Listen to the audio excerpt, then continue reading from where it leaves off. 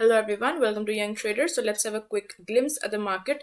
तो आज के वीडियो में हम मेनली बिटकॉइन के सपोर्ट एंड रेजिस्टेंस के बारे में बात करेंगे एंड उन पैटर्न्स के बारे में बात करेंगे जो फिलहाल के लिए मुझे बिटकॉइन में दिखाई दे रहे हैं। एंड एट द लास्ट हम अपने रेगुलर अपडेट्स की तरफ जाएंगे। So yes, let's begin the video. तो चार्ट को मैंने 4 आवर्स के टाइम पे सेट करके रखा है एंड जो फिलहाल के लिए जो रेजिस्टेंस बन रहा है ना बिटकॉइन में, वो बन रहा है $19,700 के आसपास एंड जो सपोर्ट बन रहा है वो बन रहा है $18,700 के आसपास। ठीक है, एंड अगर हम प्रीवियस पैटर्न्स को देखें ना तो हमें दिखाई देगा कि बिटकॉइन ने इस सपोर्ट को काफ़ी बार होल्ड करने की कोशिश की है। ठीक है, जिसके बाद एक बाउंस अप भी आया है। ठीक है, सो लेट्स सी ये फिलहाल सपोर्ट इसको होल्ड कर पाता है या नहीं। ओके, एंड अगर हम रेजिस्टेंस के बारे में बात करें तो रेजिस्टेंस भी स्ट्रॉन्ग है अच्छा खासा। ठीक है, एंड अभी हम इसके पैटर्न्स के बारे में बात कर लेते हैं। पहला पैटर्न बन रहा है वो है डिसेंडिंग ट्रायंगल पैटर्न। ठीक है, यहाँ पे भी एक ब्रेकडाउन हो चुका है वैसे ये।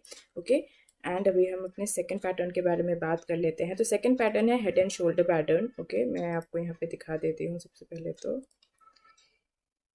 ओके, ये रहा हेड, ये रहा शोल्डर एंड ये रहा दूसरा हेड। ठीक है, ब्रेकडाउन के बारे में बात करें तो ये भी ब्रेकडाउन हो चुका है। वैसे सपोर्ट लेने की इसने बहुत बार कोशिश की बट स्टिल ये ब्रेकडाउन हो चुका है। तो यहाँ पे एक शॉर्ट की भी अपॉर्चुनिटी है। If you want then you can give it a try.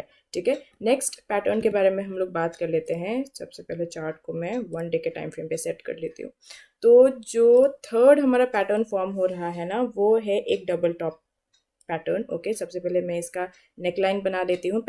तो इसका जो पहला नेकलाइन है ना वो बनता है $19,100 पे। ठीक है, एंड अभी हम इसके दूसरे नेकलाइन को बना लेते हैं। तो इसका दूसरा नेकलाइन बनता है यहाँ पे। ठीक है, दिस वन।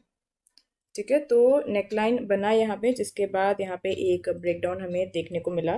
ठीक है, अगर हम सारे पैटर्न्स को देखें ना तो हमें यही दिखाई देगा कि सारे के सारे पैटर्न्स ही बेरिश हैं। ठीक है, all the patterns are bearish and liquidation यहाँ पे अच्छा खासा लिक्विडेशन यहाँ पे हो रहा है। ठीक है, मैं ये नहीं बोलूँगी कि लिक्विडेशन नहीं हो रहा है। ठीक है, यहाँ पे अच्छा खासा लिक्विडेशन भी हो रहा है। So it's a bit risky. Okay, तो आप थोड़ा सा केयरफुल रहना, बट ऐसा नहीं है कि रिस्क ही है, ऐसा बिल्कुल भी नहीं है। If you want to give it a try, if you want to take a risk and अगर आपको लगता है कि आपके पोर्टफोलियो के अकॉर्डिंग थोड़ा सा बुलिश आने के चांसेस हैं, then you can definitely go for it. ठीक है, अभी हम लोग अपने रेगुलर अपडेट्स में आते हैं।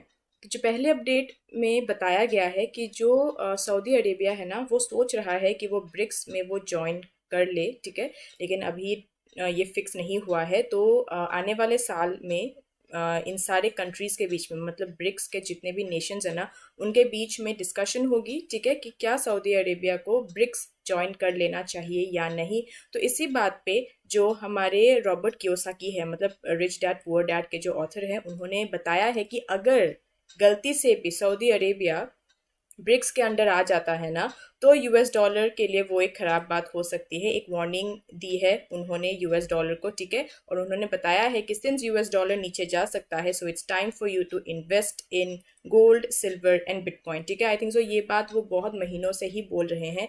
एंड सिंस एक और बात यहाँ पे आ रही है जिसको देख के लगता है कि शायद यूएस डॉलर की जो पावर है वो डिक्रीज हो सकती है, तो उसी बात पे उन्होंने बताया है कि सिंस अभी यूएस डॉलर और ज़्यादा गिर सकता है, so it's time for you to get in, मतलब it's time to enter the market. Okay, next update में आते हैं। तो जो टेस्ला है ना उसके पास अभी भी $222 मिलियन वर्थ ऑफ बिटकॉइन ही है। ठीक है, इस साल के सेकेंड क्वार्टर में टेस्ला ने ऑलमोस्ट अपने 75% ऑफ बिटकॉइन होल्डिंग्स बेच दी थी ताकि वो मतलब कोविड से रिलेटेड क्राइसिस से वो ओवरकम कर पाए। ठीक है, तो सेल करने के बाद टेस्ला के पास जितने बिटकॉइंस थे ना अभी भी उतने ही हैं, ना ही वो ज़्यादा बढ़े हैं ना ही वो ज़्यादा घटे हैं।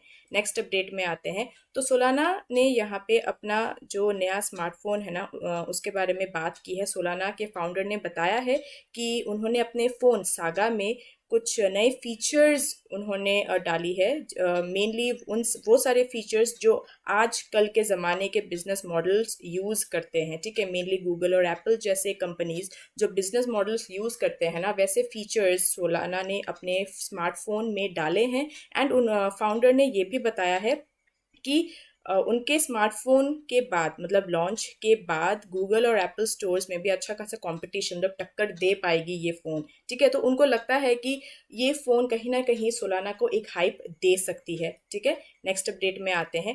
तो मास्टर कार्ड ने अपने यहाँ एक नई फीचर ऐड की है, ठीक है। तो मास्टर कार्ड ने मेनली अपने मतलब अपने कार्ड में क्रिप्टो करेंसी वॉलेट और एक्सचेंज के फीचर्स ऐड किए हैं, ठीक है।